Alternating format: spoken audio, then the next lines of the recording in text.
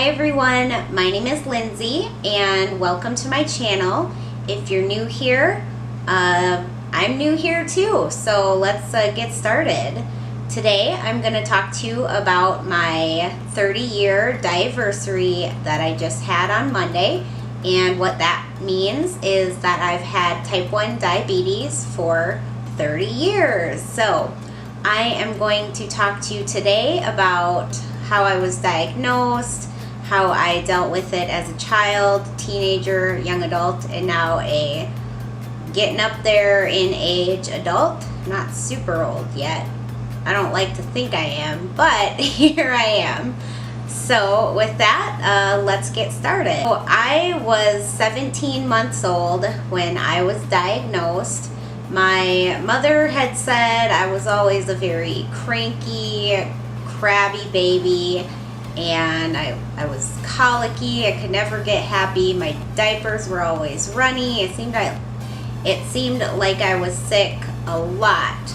I was probably in and out of the doctor quite a bit, and then I eventually contracted meningitis, and that sent me to the hospital for a while. And this was when I was a baby, and they think then that that's when my immune system attacked me and basically shut down any functioning in my pancreas, so which results in type 1 diabetes. At 17 months old, my mom had just noticed it was really not a good day for me. I was pretty lethargic. I wasn't myself. She took me to the hospital here. They checked my blood sugar. I think it was 2,600 or something. It was way up there. They were surprised I was still alive, but it was very high, so they flew me to Sioux Falls, which is about 90 miles south of us, to Sioux Falls, South Dakota. And so they flew me there. I stayed there for a while, and then eventually I obviously got better enough to get out of the hospital. My parents learned about how to take care of me and my diabetes, and back then it was very, what do you say, not technologically advanced yet. It was very old. The machines took a long time to check your blood sugar. It was very bulky. The strips you needed a lot of blood to check your blood sugar. But, so yeah, they came back here, and then we started real life. So when I was a kid, I really hated having diabetes. It was not fun for me. I didn't like it. I would run and hide and scream and yell, and I didn't like having type 1 diabetes. I didn't like being poked. I don't know what normal person does like being poked, but I didn't like being poked. So I would fight back a lot. I would get angry and mad and cry, and then my mom and dad would get upset because I was upset, and I just feel kind of bad, but I was a kid, so I couldn't really control my emotions at that point. So after I had gone through that period, then my mom and dad were like, why don't you learn how to check your blood sugars? You learn how to do your shots. You do it yourself. And then my dad said that after I had learned to do it myself, is that I was like a brand new kid. You know, I still didn't like having diabetes, but it was still in my control. Like, I still could poke myself. I could still inject myself with insulin, and I just had a little bit more control. So then, as I got older, my blood sugars were very out of control. I don't think we really had a doctor here that really cared all that much about type 1 diabetes, let alone juvenile diabetes. It just seemed like my blood sugars were constantly high all the time. And I mean that in a sense that when my blood sugars were up in the 300s, 400s, a lot. I'm gonna say about 90% of the time. I don't remember ever them being normal, which is about the 80 to 130 range. So I was like, my blood sugars were out of control, things were crazy, I just couldn't get control of my blood sugars. And so there was a new doctor that came to town, and so we decided, I don't know if we got a referral or if we just decided to go, I don't quite remember, but we decided that I needed more control in my blood sugars because I was getting older and it needed to happen. So we went to this new doctor. He explained all this stuff to me. We were going to get myself on an insulin pump, which is it's like an artificial pancreas. You get a small amount of insulin 24/7 unless you disconnect. So he was explaining these things to me, like carb counting and ratios, and I'm like, I didn't even know what this stuff was because our doctor had never talked about it, ever. Like, you would be surprised at how many doctors still don't know things about diabetes. It's crazy. So we went to this doctor and he's like explaining all this stuff to us, and I was like mind blown. I was like, what is this carb counting thing? What are ratios? What are sensitivities? I have no idea. I think I was 12 or something, or 13. I don't really remember. It was a long time ago. So then we decided to sign me up for a diabetic camp that we have in the area. We had it in Waubay, South Dakota, Camp Nisodak. And it was a good time. I learned so much more about my type 1 diabetes. I connected with other people my age with type 1 diabetes, and I just got to learn more and get even more control. So time progresses on. I eventually get an insulin pump after learning how to do everything the manual way, which is like figuring out your ratios, how much insulin you get for how many grams of carbohydrates per meal. And I had to do that by calculator and on the go, so I had to do that all manually first before I got the pump to show I was ready. So I got my pump, and I think I got my pump on my 16th birthday. How about that? Who else wants to get a medical device on their sweet 16? This girl did. So I got older, and I eventually started getting more control of it. I mean, it was still kind of had a mind of its own at sometimes, but there was still a lot I didn't know. Got more control as I got a little older. I still had days where I was like, why is this so hard? I had some times in between my childhood and young adult life where I did have things happen with my diabetes, where low blood sugar had sent me into a seizure a few times. I broke my collarbone from one time. Just things like that. I fainted on the floor one time with my mom at home, thank God. When I was a teenager, I had too much skating that day, too much figure skating. Whoops. So I had gone through some trials and tribulations. So that brings me into young adulthood. So me and my husband got married. I was pregnant with our daughter, and I had heard about stories of other diabetics having complications with their pregnancies and their children, and I didn't want that. I wanted to have the best control possible for the best possible outcome. Because I, was carrying this little baby inside that couldn't control anything. So I did my best to control everything I could.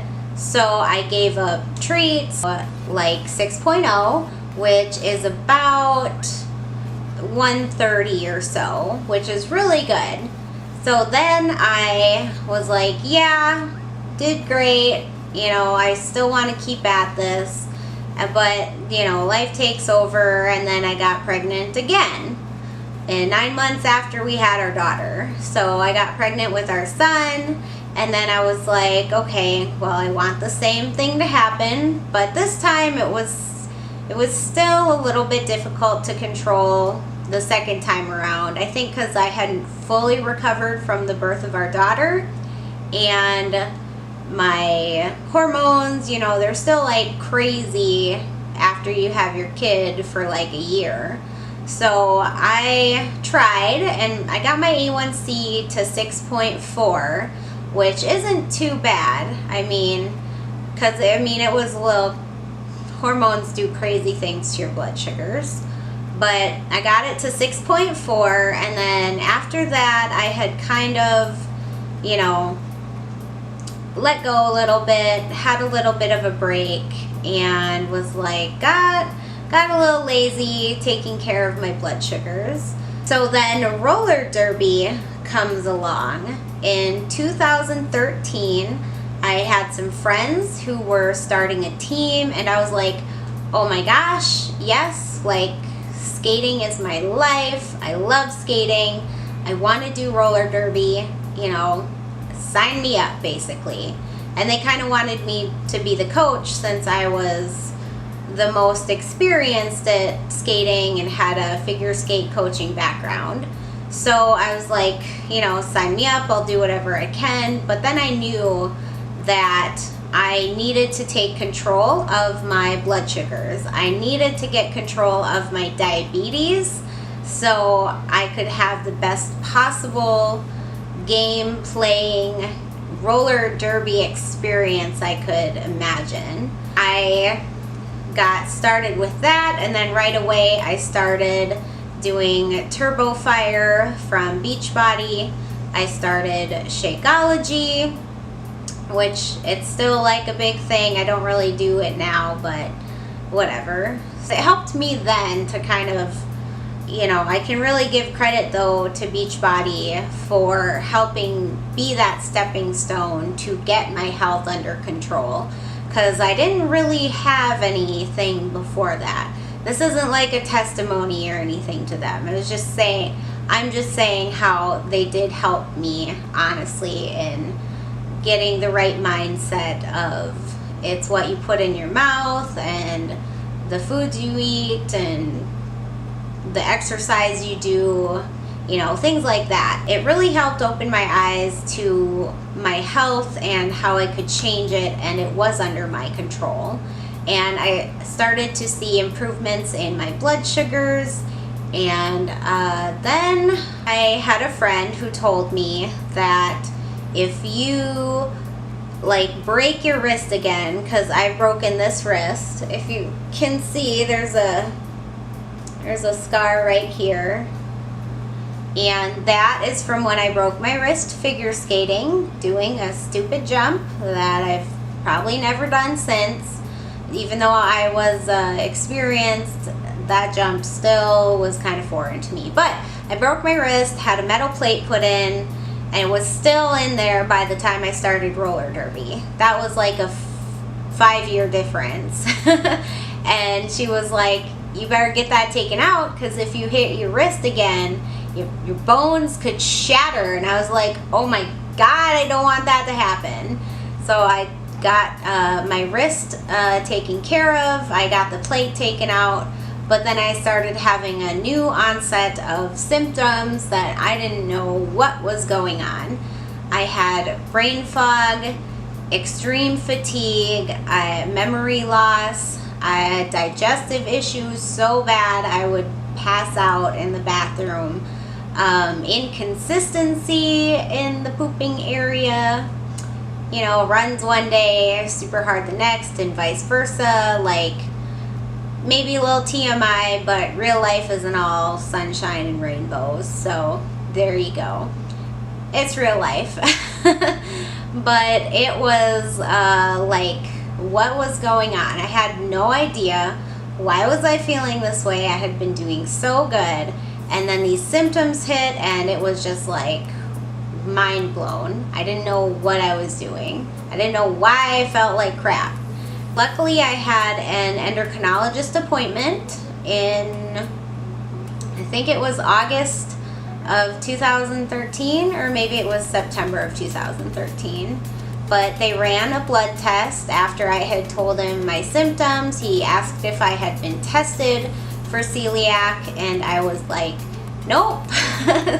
It like didn't even occur to me that that's what that could be. So he tested me, got a phone call about a week later that said my blood test came back, my antibodies came back positive for a sign of having celiac disease, but they needed to do an endoscopy to, confirm, where they take a picture, a little biopsy of your small intestines.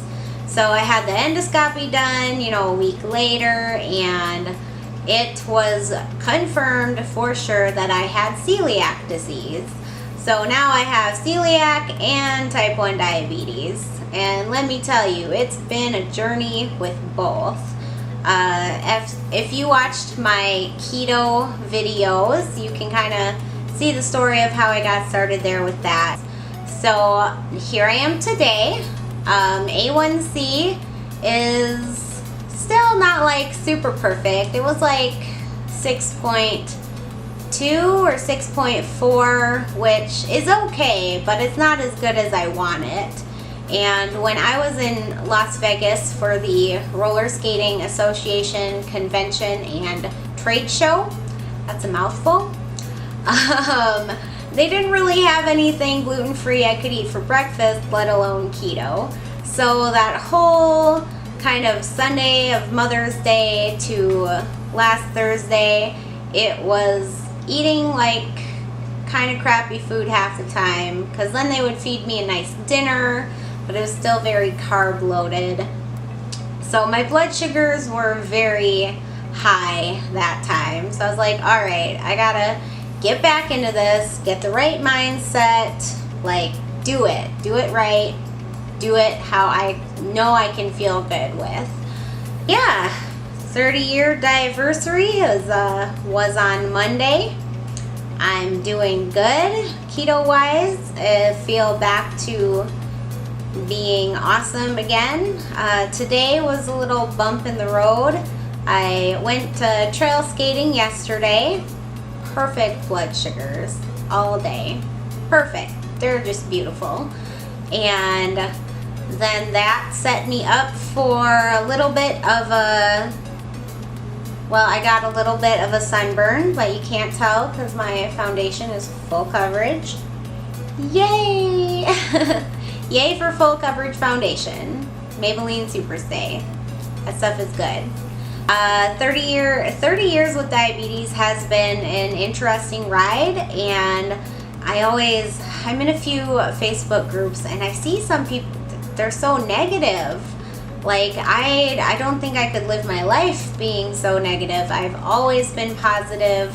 I try not to let things bother me, because everything your mind and body does works like they synchronize. So if I get anxious or angry or upset, it does affect my blood sugar and affect the way of life that I want to live. So I really try and make sure that I know how to control my emotions and how to control what I'm eating, and I try to make everything else in as much as control as I can most of the time. But there are those times where it is sometimes out of my control, and I'm like, I don't know, so I just do the best I can and hope for the best. But most of the time, and I just watched this guy's video. He's a type 1 diabetic athlete, bodybuilder. I think he's from Ireland.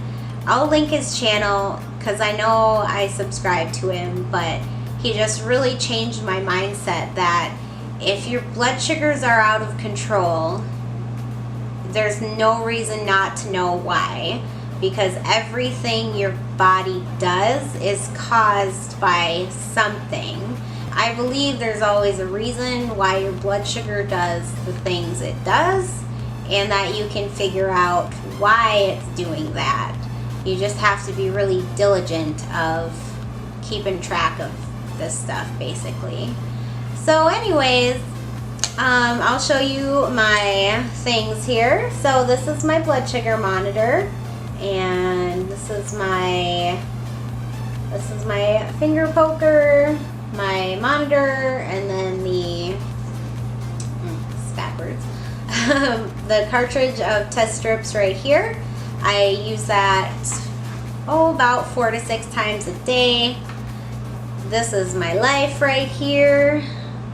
This would be my insulin. Can't really see it, it's not like focusing. Yeah, okay. But this is my insulin here. This is what keeps me alive. If anything happens to this, I'm pretty much dead.